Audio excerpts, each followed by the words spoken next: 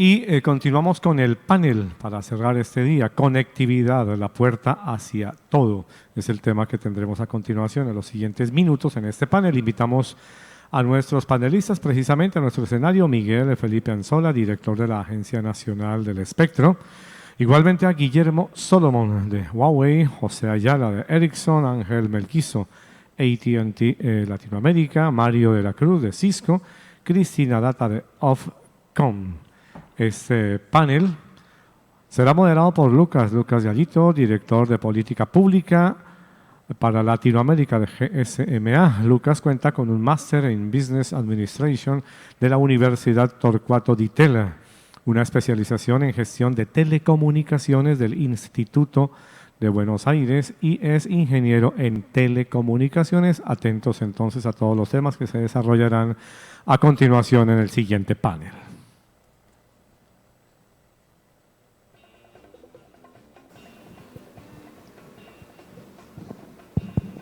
Hola, hola. Bueno, adelante, José. Sí, creo que nos falta una silla. Lo tenemos a José ahí. O me quedo parado 40 minutos. Bueno, muchas gracias. Somos el último panel que nos separa de la cerveza de la tarde, de la cena. Así que espero que sea de su interés y de su agrado. En la sesión, los próximos 40 minutos, si soy exitoso, trataré de conectar todos los puntos que se han venido viendo en las últimas presentaciones.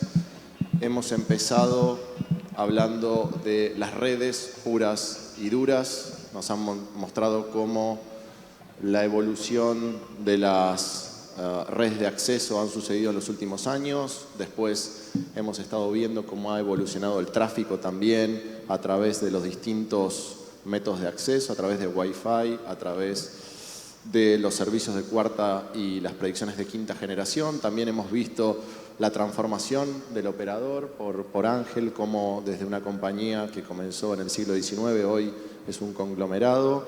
Y finalmente, bueno, terminamos hablando de la gestión del espectro. Así que voy a tomar asiento, agradecer y saludar nuevamente a nuestros invitados. Y quería comenzar entonces con Guillermo. Ahí está Guillermo. Bueno, muchas veces mi mamá me pregunta, bueno, ¿y las redes de quinta generación cuándo las voy a tener? No sabe para qué sirven, cómo se comen, dónde están, pero quiere quinta generación. Entonces muchas veces les explico, bueno, hay toda una coexistencia, va a haber una evolución probablemente soft entre las redes de cuarta y quinta generación. Entonces quería saber cuál era tu visión sobre esa coexistencia de las redes. Si va a haber un corte abrupto, si de golpe todas las redes que teníamos no sirven más y hay que tirarlas, si es una evolución y quinta generación será una capa por encima de esas redes existentes. Quería saber un poco tu visión sobre ese punto y antes de eso comentarles que los últimos 10 minutos me gustaría destinarlos a preguntas, así que si pueden ir pensando sus preguntas. Hasta no tener por lo menos 3 preguntas, no salimos a tomar cerveza, no salimos nada, se quedan todos acá adentro. Así que, Guillermo, por favor. Claro, muchas gracias. Buena pregunta. Los operadores ya invirtieron mucho dinero en sus redes LTE. Por supuesto que quieren tener un retorno de la inversión. Y no se preocupen, no todos van a tener que tirar su teléfono LTE a la basura pronto. Como expliqué en mi plática, las redes 5G van a ser totalmente distintas en ese sentido. Las redes de 5G van a empezar a hacer el despliegue a través de hotspots, o sea, donde más tráfico se requiere, es donde se va a poner la red 5G al principio únicamente. Y LTE va a seguir dando la parte de cobertura. Entonces, lo que realmente se va a migrar al principio es 2G y 3G, que es lo que ha venido pasando, hacia 4G. Y 4G también va a tener una migración hacia un upgrade, hacia una mejora, hacia 4.5G a través de las 3 tecnologías que platicaba yo hace rato, que es el multisector, el Massive MIMO y la superbanda. Entonces, esto va a permitir que tengamos una mucho mejor experiencia en 4G. Entonces, en lugar de que tengamos servicios a 10 megas de bajada, pues vamos a tener el servicio a 45, 50 megas, lo cual va a ser infinitamente mejor. y va a ser una experiencia un poquito más similar a lo que va a acabar siendo 5G, para que entonces cuando demos el brinco a 5G o cuando estemos en la red de 4.5 y de repente nos dé servicio la 5G, no sintamos esa diferencia tan fuerte. Entonces sí van a convivir durante mucho tiempo, los operadores van a poder seguir teniendo su retorno de inversión, y la parte más importante es que vamos a preparar las redes 4G hoy. Al pasarlas a 4.5 vamos a bajar el OPEX.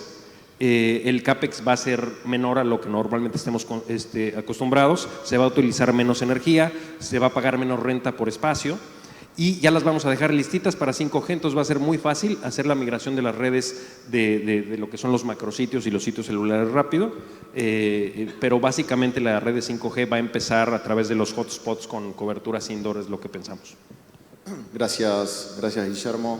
Y a veces aparece un dilema, quería preguntarle a Mario, muchas veces vemos un contrapunto entre 5G, 4G o Wi-Fi, ¿no? Y probablemente existe un complemento entre ellas dos. De hecho, hay discusiones hoy sobre, por ejemplo, la banda de 66 GHz, si debe ser licenciada o no licenciada.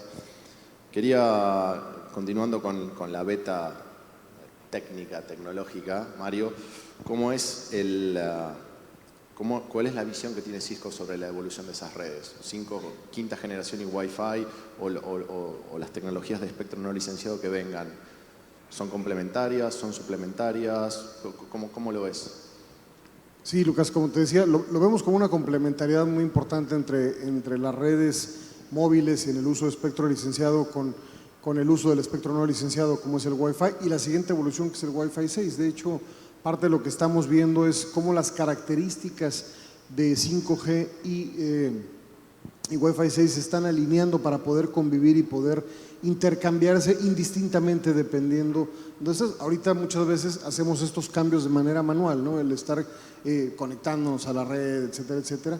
La perspectiva que tenemos es que estos cambios van a ser prácticamente automáticos, ¿no? Y con características similares de baja latencia, de eficiencia en consumo de energía eléctrica, en fin, todas las características que ya se han hablado sobradamente de 5G van a estar funcionando. Lo veíamos en las cifras, ¿no?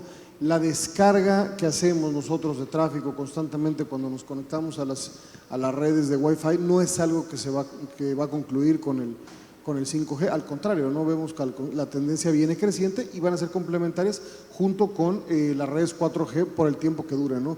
Yo creo que al final lo hemos visto, ¿no? Todavía hoy existen redes 2G funcionando y bueno, cuando se crea una nueva capa, una nueva generación, sigue conviviendo y progresivamente se va apagando la siguiente, pero en el caso de redes fijas y móviles siempre hemos visto una complementariedad entre ellas y no una competencia.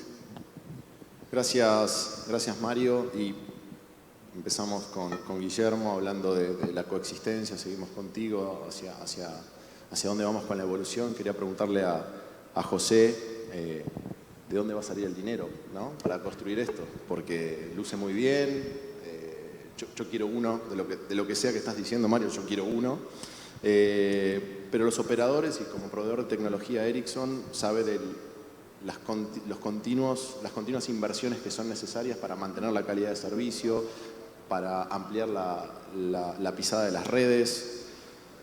¿Qué acciones regulatorias, José, podrían proveer esa certidumbre hacia adelante que justamente pudiera sustentar las inversiones que los operadores tienen que hacer? ¿Cuál es la visión que tienes tú, que tiene Ericsson en ese sentido? Sí, muchas gracias, Lucas. En realidad, la principal acción es el apoyo del gobierno. 5G ya es una realidad hoy día y el reloj está corriendo. The clock is ticking, como se dice en inglés. América Latina tiene dos versiones del incorporarse a la transformación digital que va a realizar 5G. La versión tradicional es con los enfoques que tenemos hoy día. O sea, son marcos regulatorios que han estado por más de 20 años enfocados en objetivos recaudatorios del sector y también en incentivar lo que es la competencia entre el sector. Pero hoy día, como le explicábamos en la presentación nuestra, uno de los grandes retos que hay es que 5G ya existe, ofrece un enorme potencial para transformación digital de la economía de la región. GSMA en su reporte ha indicado que en bandas milimétricas en los próximos 15 años 5G podría generar el 1.2% del Producto Interno Bruto. Pero si continuamos con el enfoque tradicional, la región se va a ver bastante rezagada. Y esto impactará a los usuarios y a las industrias, en realidad. En cambio, si los gobiernos toman un enfoque holístico y tratan de incentivar inversiones, impulsar la adopción y la competencia del servicio y la innovación que trae esta tecnología, América Latina puede subir su Producto Interno Bruto rápidamente y su competitividad a nivel mundial. ¿Qué acciones? Es un conjunto de acciones, espectro, cargas fiscales, remover lo que son las barreras para el despliegue de infraestructura, trabajar en la seguridad, privacidad de los datos para generar confianza en el consumidor principalmente, el invertir en tecnologías de backhaul, que es una combinación de fibra con microondas de alta capacidad, y sobre todo pues tratar de enfocar el uso, la innovación para el uso de la conectividad digital avanzada para aumentar la productividad y eficiencia de las industrias y de la sociedad.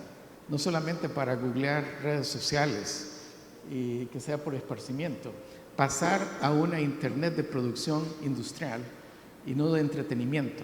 Ese creo que es un poco el reto y en algunos casos, por ejemplo en la parte de espectro, va a haber redes de 5G, pero no todas las redes van a tener el mismo desempeño, porque va a depender de la cantidad de espectro que sea liberado en bandas bajas, medias y altas, y en cantidades suficientes y en las condiciones adecuadas. Las condiciones son: el precio del espectro tiene que ser bajo para que fomente inversiones, las licencias de espectro tienen que otorgarse en el periodo del mayor a largo plazo, 20, 30 años, para poder tener predictibilidad en el retorno de las inversiones y el control de la calidad. La renovación tiene que tener, de las licencias, tiene que tener condiciones claras y muchos factores. En suma, o en resumen, perdón, lo que se requiere es cambiar el enfoque de regulación, tratar de poner la mayor cantidad de espectro en uso para beneficio social y económico sobre objetivos recaudatorios de corto plazo. Gracias, gracias José. Justamente algo de lo que tú mencionabas fue el resultado de la discusión que hemos tenido en el CLT hace poco y en Mobile World Congress, junto con el trabajo que estamos haciendo con la OCDE, donde hablaban de la trampa de la productividad. Entonces creo que es importante lo que mencionabas. Y en ese sentido quería ir a Ángel. Primero, Ángel, comentarte que luego de tu presentación, por alguna razón, tenía ganas de comprar productos de AT&T, así que es un gran truco comercial, un gran infomercial el que has traído.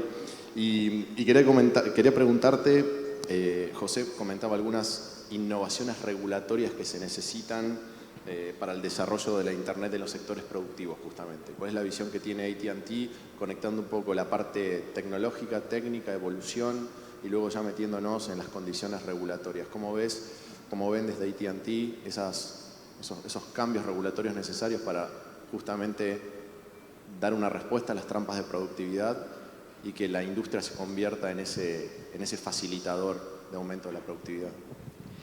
Sí, yo quería empezar animando a que se consuma entretenimiento también por Internet y no solamente se produzca, como dice mi colega Ericsson, es broma.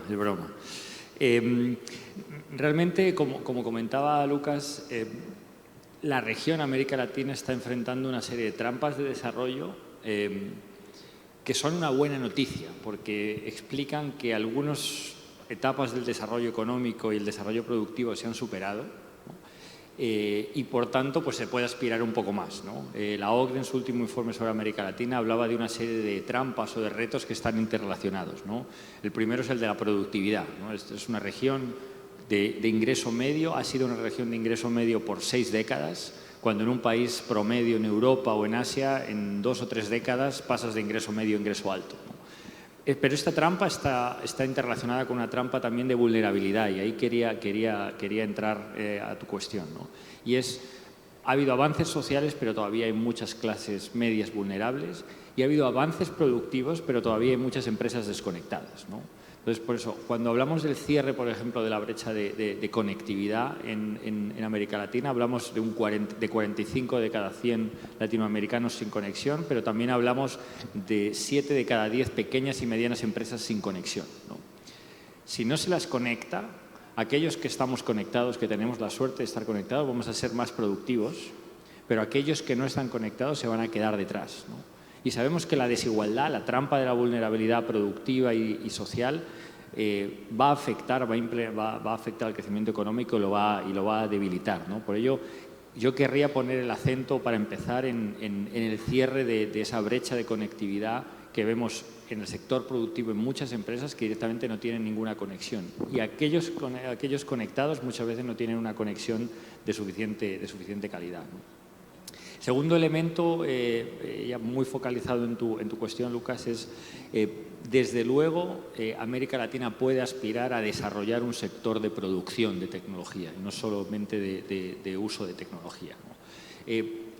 El índice de complejidad económico, es decir, el índice de cómo de sofisticado y cómo de diversificado están las estructuras económicas en la región, todavía muestra una región que tiene pocos sectores, ¿no? Y está en pocos mercados, ¿no? Por tanto, ahí, desde luego, es un avance, es un punto donde creemos que América Latina puede llegar a tiempo, ¿no? Y estamos hablando de una digitalización que no solamente es en el sector producción de las tecnologías, sino también en el sector de servicios digitales, ¿no? Por tanto, para concluir, es importante pensar en el cierre de la brecha, en el cierre de la conectividad, en su conexión con la productividad, pero también en su conexión con la inclusión productiva de pequeñas y medianas empresas y la inclusión, pues, económica de aquellos ciudadanos que ya no son pobres, pero que siguen siendo vulnerables y desconectados, ¿no? Gracias. ¿Puedo complementar con una idea? Sí, ¿Puedo sí, complementar? claro. Sí. Yo creo que estuvo muy bien dicho por ti lo que comentaste, y nada más me gustaría profundizar tantito en algo más. Normalmente cuando atacamos lo que es el digital divide o este gap digital con la gente, sobre todo en las zonas rurales, es bien importante la labor del regulador, porque no es forzar a los operadores a ir y poner una antena y ya estamos, ¿no? Primero, pues si no tienen teléfonos, la gente no va a estar conectada. Segundo, ok, les das teléfonos y se van a conectar a internet y ya con eso les resolviste el problema. No. Entonces, lo que tenemos que hacer es impulsar el ecosistema. Tenemos que aterrizar en esas zonas rurales, no nada más la antena para que tengan conectividad, tenemos que llevarles teléfonos que sí puedan pagar, tenemos que llevarles soluciones de salud, de educación remota, y entonces sí vamos a reducir el dividendo digital. De otra manera es imposible de reducir, y eso lo tenemos que hacer todos en conjunto con el ecosistema. Pero el regulador es la parte fundamental. Sí, José. Agregando algo corto sobre la idea que es muy buena. Hay que repensar bastante el modelo para cerrar la brecha digital. Francia, por ejemplo, es un país que recientemente, en la renovación de las licencias de sus operadores móviles, la dispensó y ha permitido que lo que ellos iban a pagar por la renovación de la licencia lo utilicen por la inversión en infraestructura en zonas rurales. Y esto ya la asignación se hizo y las inversiones están en marcha, y la proyección es que el beneficio económico y social va a superar lo que hubiera sido el valor del pago de la renovación. En el caso de América Latina se podrían buscar incentivos para zonas rurales. Lo otro, todas las agencias de gobierno, ministerios de salud y similares, tienen gastos fijos en publicidad para poder llegar al consumidor. En estas zonas rurales tal vez se puede utilizar las tecnologías de banda ancha de todo tipo, de móvil, fija, la que sea, para poder suceder algún tipo de conexión mínima en los hogares que no tienen los ingresos para pagar el servicio. Algo básico, best effort, pero es mejor que nada. Gracias José, y me da justo el pie para ir a Cristina, que está de alguna forma del otro lado, ¿no? Del otro lado del mostrador. No es Francia, es Reino Unido. pero de alguna forma quería ir con ella y preguntarle, para traerla a la discusión y ver cuál es el rol del regulador justamente en habilitar conectividad. ¿Es un rol activo, es un rol pasivo, es un rol que simplemente de mirar desde afuera qué está haciendo el sector privado? ¿Cómo complementa esa situación de llevar conectividad? ¿Cuál es tu visión, la visión de Ofcom? Thank you for the question. So I Por la think pregunta. Yo the regulator creo que el regulador tiene un rol claramente y tiene que utilizar diferentes estrategias en el tiempo. Y en Ofcom somos un regulador independiente, tengo que especificar, somos independientes del gobierno, pero trabajamos muy de cerca con las políticas del gobierno. Entonces, en el gobierno de Estados Unidos tiene una obligación de servicios universales para acceso fijo, de 10 megabits por segundo, tiene que estar disponible a los hogares del Reino Unido, y tenemos el servicio que se entrega con esta velocidad y ellos subsidian la entrega de este servicio. Es decir, hay una intervención del gobierno, no tanto de Ofcom. En el caso de los móviles, la opción del espectro, o en el caso de Francia, esta renovación del espectro siempre es una oportunidad para considerar cómo puedo extender mi cobertura. Entonces, al final de 2018, hay un documento donde de hecho se decía, bien, vamos a sacar estas nuevas bandas, vamos a imponer algunas obligaciones de cobertura para que se pueda extender la cobertura. Entonces hay muchas alternativas que se pueden aplicar. Es algo que estimule la industria, y a paralelo al desarrollo para la siguiente subasta, el gobierno está hablando acerca del potencial de crear una red rural única para alcanzar áreas que no estén cubiertas actualmente. Para esto los operadores están hablando con el gobierno, es decir, podemos construir una red rural única. También en el Reino Unido también ya tenemos 2 redes conjuntas, y tenemos una multitud de redes de operadores virtuales móviles, y tenemos 2 jugadores en una red y 2 otros jugadores en una red separada, de nuevo, para ser más eficientes en términos de gastos fijos e inversiones para construir una sola red. Y hay un anuncio reciente que se hizo ayer o antes de ayer de 2 de estas redes que ya están compartiendo la infraestructura y van a compartir la infraestructura activa para el 5G. Entonces, de nuevo, estamos tratando de tener un rol, pero no queremos interferir mucho con lo que está sucediendo. Nuestro enfoque es un abordaje basado en el mercado. Entonces estamos observando lo que pasa, pero claramente tenemos algunas decisiones que hacer para contestar algunos de los desafíos acá. También estamos haciendo que el espectro sea disponible en diferentes maneras.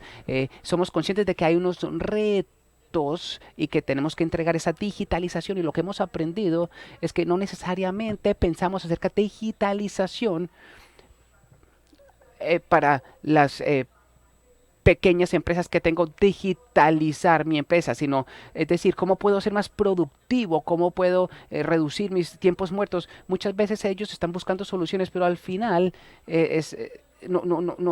no saben que esto implica un espectro también. Por eso tenemos que garantizar que tenemos varias soluciones y la flexibilidad para, de hecho, habilitar estas empresas para que puedan invertir las cantidades apropiadas. No puede ser una tarifa, sino unas tarifas razonables para estas bandas que mencionamos anteriormente, para que puedan invertir y desarrollar sus propias soluciones.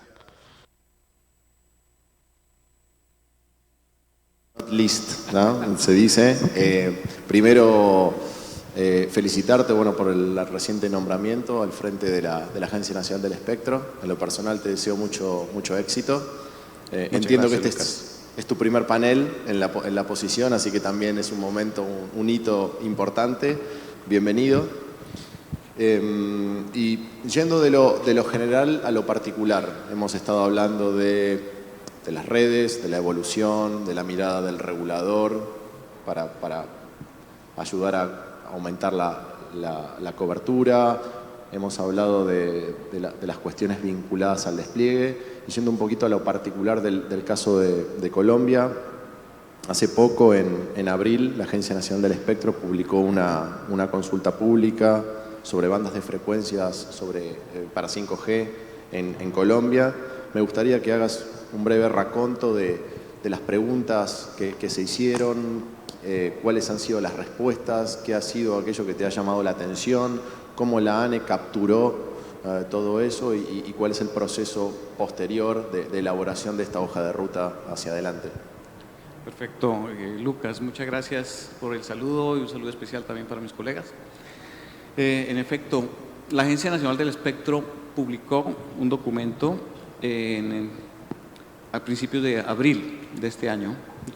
Lo tuvo publicado durante un mes, ¿sí? En dicho documento, la ANE explica qué son las 5G, qué son las redes 5G, cuáles son los beneficios posibles que se tienen para toda la sociedad en general, ¿sí? ¿Cómo funciona esto? Se explica claramente el tema de las verticales, ¿sí? Hay muchas industrias involucradas allí. Se habla de las innovaciones. Las 5G son tan importantes como han surgido muchas industrias en el mundo, o muchas innovaciones, como fue la imprenta, como fue la máquina de vapor, como fue el telégrafo. Son unas innovaciones tan importantes que han hecho que en general la economía del mundo crezca de manera significativa. Y por eso se colocan estos ejemplos, porque se estima que las 5G pueden llevar a dar un salto importante en el crecimiento económico y social de estas naciones, particularmente en el caso colombiano. Bien, concretamente en el documento se hacen unas preguntas que quisiera, aquí las tengo, quisiera contarles el resumen de esos resultados. Entonces, sin duda, pues, las respuestas fueron presentadas por un número importante de actores, entre los cuales se ubican operadores de telecomunicaciones, fabricantes, grandes empresas, en fin. Entonces se considera que esas respuestas son relativamente relevantes. En bandas de frecuencias, consideran estas entidades que contestan el documento de consulta, señalan pues que hay interés en las bandas de frecuencias inferiores a 1 GHz, en las bandas bajas hay interés en las bandas medias, que es el rango entre 1 y 6 GHz, y hay interés también en las bandas altas, que corresponden a frecuencias superiores a 6 GHz. La siguiente pregunta se dice lo siguiente. Dice, de los segmentos descritos en el documento, ¿cuáles son las bandas de frecuencia que se consideran importantes para iniciar con el despliegue de 5G? En un porcentaje realmente importante, las respuestas obtenidas muestran que hay interés en la banda de 600, en la banda de 700, en la banda de 3.3 a 3.7 GHz, en la banda de 28 GHz, y ya con mucho menos interés en las bandas de frecuencias superiores, o sea, las bandas de ondas milimétricas. Pero sí se refleja que hay interés. Ahora, también se encuentra que hay algunos agentes en los cuales dicen claramente no hay interés en la banda de 26.5 a 29.5, ¿sí? Probablemente tienen que ver con operadores satelitales, y en la banda de 81 a 86 GHz. En la tercera pregunta se pregunta cuáles otras tecnologías se consideran que contribuyan al despliegue de 5G en Colombia. El mayor porcentaje dice 4G. Quizás está muy relacionado con la posibilidad de que se vaya creciendo de manera incremental, no de manera de hacer una ruptura en 4G y luego pasemos a 5G, sino haya que seguir avanzando en los temas de conectividad del país, porque realmente nos falta. nos falta. Tenemos unas zonas que aún se consideran no están conectadas y tenemos que avanzar allí. O sea que probablemente ese es uno de los retos importantes en el corto plazo. Las otras tecnologías para el backbone, fibra óptica, enlaces fijos de microondas, conexiones satelitales, data centers, inteligencia artificial, beamforming y network function virtualization, virtualización de redes también. Pero la más importante de todas, y tal vez en una proporción más grande, se habla de 4G. Otra pregunta, la cuarta, dice, desde la gestión técnica del espectro, ¿qué incentivos podrían darse para facilitar el despliegue y la adecuada adopción de 5G? Tenemos respuestas sobre lo siguiente. Dice, aumento en la vigencia de la asignación del espectro. ¿Sí? Es un punto importante a considerar, puesto que en la ley TIC que se expidió en el año 2009, el periodo de asignación de frecuencias era hasta de 10 años. Con la nueva ley, que ya está por ser sancionada, se estima pues que el periodo vaya hasta 20 años. O sea, eso genera un incentivo realmente para realizar la inversión en las redes. ¿De acuerdo? Otra pregunta, otra respuesta. ¿Qué incentivo habría? Que haya menor costo de las frecuencias en las zonas rurales. Al respecto, pues hay que mencionar desde ya que una vez sea expedida la ley, se va a publicar un proyecto de resolución mediante el cual hay incentivos justamente para disminuir o para reducir el pago de la contraprestación para el uso de frecuencias justamente cuando se atiende zonas no conectadas. Entonces es un punto importante que está considerando el Ministerio TIC. Y el otro punto importante como incentivo que se plantea acá es justamente la infraestructura de red de acceso y de transporte compartida. Definitivamente parte del despliegue requiere que efectivamente pueda haber un uso de infraestructura compartida en lo posible, activa, pero definitivamente la infraestructura pasiva. De lo contrario, esto se va a traducir en un aumento en el precio del servicio al consumidor, porque es el que finalmente tiene que pagar esa infraestructura. Entonces, la idea es poder avanzar justamente en esa compartición de infraestructura. Y tenemos un quinto punto. A partir de las aplicaciones y los casos de uso que se describen en el documento, ¿cuáles creen que tendrán gran impacto en Colombia? Entonces se hablan de las verticales, aquí hay muchos, pero todas en su mayoría tienen un nivel alto en la respuesta. Se hablan de aplicaciones como telemedicina, como algo que significa un atractivo para la 5G. Se habla de automatización industrial, se incluye Smart Cities, realidad aumentada en la nube, en otros niveles transporte inteligente, redes eléctricas inteligentes, agricultura inteligente. En general, encontramos que hay un gran interés en toda esta serie de campos de la economía del país por la implementación de 5G. O sea, se estima que realmente puede ser un habilitador importante para el desarrollo de todas estas actividades en la economía. Gracias Miguel. Quería en esta oportunidad abrir para ver si alguien tenía alguna pregunta, aprovechar si alguien tiene alguna pregunta para hacer. Vamos, sin miedo. Una mano levantada por ahí, nadie. Santiago, ¿estás por ahí? ¿No? ¿Una pregunta? Si no tenemos ninguna pregunta y aprovechando que queda muy poco tiempo ya para cerrar el panel, yo quería invitarlos a hacer un desafío. Quedan muy pocos minutos, somos 6 panelistas. Quería invitarlos a cada uno de ustedes a pasar a la posteridad cómo quieren ser recordados y que en 30 segundos nos regalen una idea para que la audiencia la pueda tuitear en 140 caracteres y salgan los periódicos mañana. Entonces, quiero invitarlos 30 segundos cada uno, una idea para que la audiencia, los que están aquí, los que nos están viendo por streaming también, se lleven. ¿Quién quiere comenzar el desafío? Mario, 30 segundos.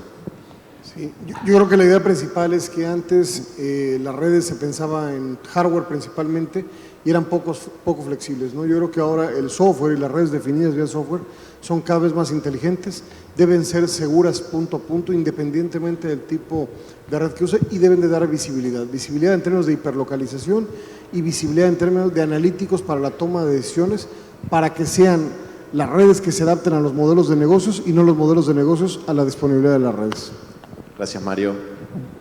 Guillermo, dale. Por orden, vamos, güey. Yo diría conectar absolutamente a todos para hacer un mundo mejor y eliminar la desigualdad. Gracias, Guillermo. Ángel. Yo querría unir conectividad digital con la necesidad de invertir en capacidades, competencias, habilidades, educación, ¿no? Decía el escritor Umberto Eco que nunca ha habido tanta información y tan poco conocimiento en el mundo. Yo creo que es importante no olvidar nunca que esta agenda de productividad y de inclusión tiene dos pilares, ¿no? Conectar digitalmente a empresas y ciudadanos, pero también formar a los ciudadanos para aprovechar realmente las ventajas que va a abrir la nueva revolución tecnológica y digital. Gracias, Ángel. Miguel, 30 segundos. Sí, gracias. Lograr realmente implementar estas tecnologías, pero llevarlas a que a través de la productividad, aumento de productividad, mejore los niveles de vida de todas las personas. Gracias, Miguel. Cristina, ¿tenés? ¿Sí? I got one. Sí, yo tengo uno. Yo quiero decir, como dice Guillermo, conectarlos a todos. Yo creo que todos y todo. Uno de nuestros deberes es para beneficiar a los consumidores, pero también los negocios, la industria, todo lo que existe allá afuera tiene que estar conectado. Y si yo puedo volver a nuestro objetivo, es asegurarnos en nuestro mundo regulatorio que el espectro no sea un inhibidor de esta innovación que se viene. La gestión de espectro para maximizar el impacto económico y social de quinta generación. Gracias, José. Última oportunidad para alguna pregunta del público. ¿Alguien que quiera preguntar algo? Sí, hay una pregunta allá al fondo, perfecto. La música de al lado no lo afectó y todavía está acá, prestando atención, muy bien. Estamos haciendo correr al microfonista. ¿Cuántos? 30 metros, 20, bien. Buenas tardes. Sí. Muy buenas tardes. Siempre he escuchado acerca de el 5G, incluso mucho antes cuando llegaba el 4G, pero ¿qué va más allá del 5G? Sí, de aquí a 30 años, cuando se asigne la licencia para el espectro radioeléctrico, la explotación de esta banda, ¿qué va más allá? ¿Qué se espera más allá del 5G? ¿Alguien que quiera tomar esa...? Es muy futurista, ¿no? El video de AT&T se queda corto, me parece, pero si alguien quiere tomar esa pregunta, cortita. I can answer that question. Yo puedo contestarla. In Finland, they are already talking about 6G, guys. So clearly, 5G is now the path. O sea, 5G ya es el pasado con esta señal de radiofrecuencia. Cada generación trae algo diferente. Podríamos decir que algunos de los beneficios del 3G ya se materializó con el 4G, y porque estábamos hablando mucho acerca de esto de 5G cuando estamos en 4G, entonces cada generación va a traer algo nuevo, pero es un escenario muy evolutivo. Entonces lo que sigue es 6G. Tiene varios años de estar trabajando en 6G, igual que otras empresas del sector, pero más allá de ver lo que es 6G, cada generación tarda aproximadamente 10 años en diseñarse y salir al mercado, pero este ciclo se está cortando porque la investigación y desarrollo se está acelerando. al igual que la adaptación a la sociedad. La adopción de nuevas generaciones va a depender básicamente de las condiciones de juego del mercado de competencia. Y por hoy, pues estamos enfocados a expandir 4G e introducir 5G. Es suficiente tarea. Gracias, José. Guillermo, cortito. Sí, rapidísimo. Yo me iría un poquito más a que efectivamente en 6G se van a integrar todas estas diferentes tecnologías de una manera muchísimo más amplia y más profunda. La inteligencia artificial, el blockchain, el IoT, machine learning y todo lo demás que salga, ¿no? El fog computing. Pero yo creo que lo que va a revolucionar el mundo hacia el 6G va a ser principalmente lo que es la inteligencia artificial. Por ahí vamos a ver el gran cambio, donde nos vamos a empezar a cambiar inclusive en nuestra propia estructura humana, ¿no? Vamos a ser más inteligentes, vamos a empezar a nosotros ser parte, o las máquinas a ser parte nuestra. Yo creo que por ahí va a ser hacia donde va a ir el 6 y luego el 7, etcétera, ¿no? Gracias. No sé si hay alguna otra pregunta. ¿Alguna otra pregunta más? Lester, ¿no? Germán Darío, tampoco, ¿no? ¿Ninguna pregunta ahí? ¿No? ¿Ya? Sí, acá tenemos una pregunta. Estamos haciendo correr de la última fila a la primera fila.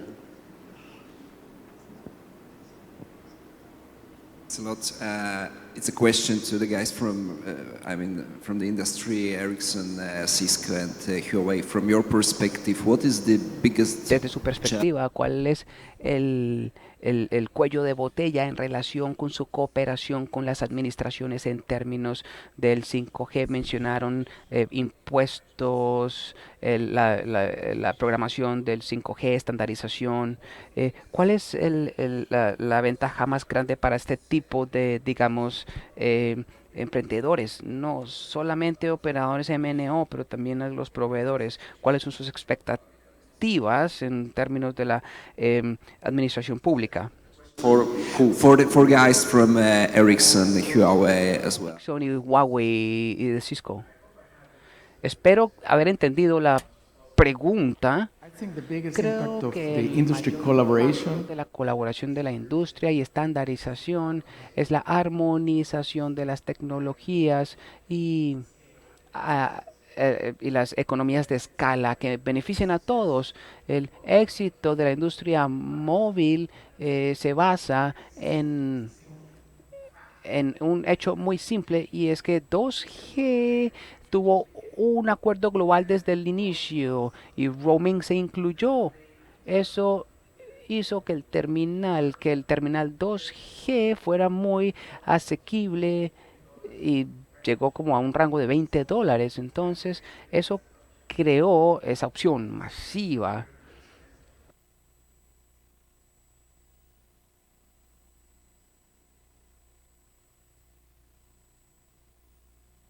Industria, creamos estándares que estén armonizados y que tengan un gran impacto social. Descansa mucho en el costo del terminal. El caso de 2G, el terminal bajó a $20 y eso es lo que ha disparado la adopción masiva. En cambio, nuevas tecnologías tienen un reto de lograr esa economía de escala que ya la ganó la industria móvil, y ese es un beneficio. Espero haber podido responder. Gracias. Mario, ¿querés comentar algo? Just very quickly, one of the biggest challenges that I see, and it's outside of us, it's, and Sonia was... Y Sonia mostró cómo el ingreso de los proveedores se está reduciendo porque el espectro cuesta más, bueno, lo que sea. Pero si nosotros no pensamos que las redes son la base para el ecosistema digital, vamos a matar la gallina de los huevos de oro. Tenemos que cuidar a los proveedores y los estamos sobrecargando. Es uno de los desafíos que yo veo. ¿Me dejas? Sí, Guillermo, perdón. Faltaba Huawei, le preguntaste los tres. Dale. I'm going to answer your question in Spanish because I think it's going to be easier for Porque creo que va a ser para que todos entiendan. Cuello de botella, bueno, somos Huawei, ya saben todos quién es, ¿no? Que probablemente se vaya a reelegir.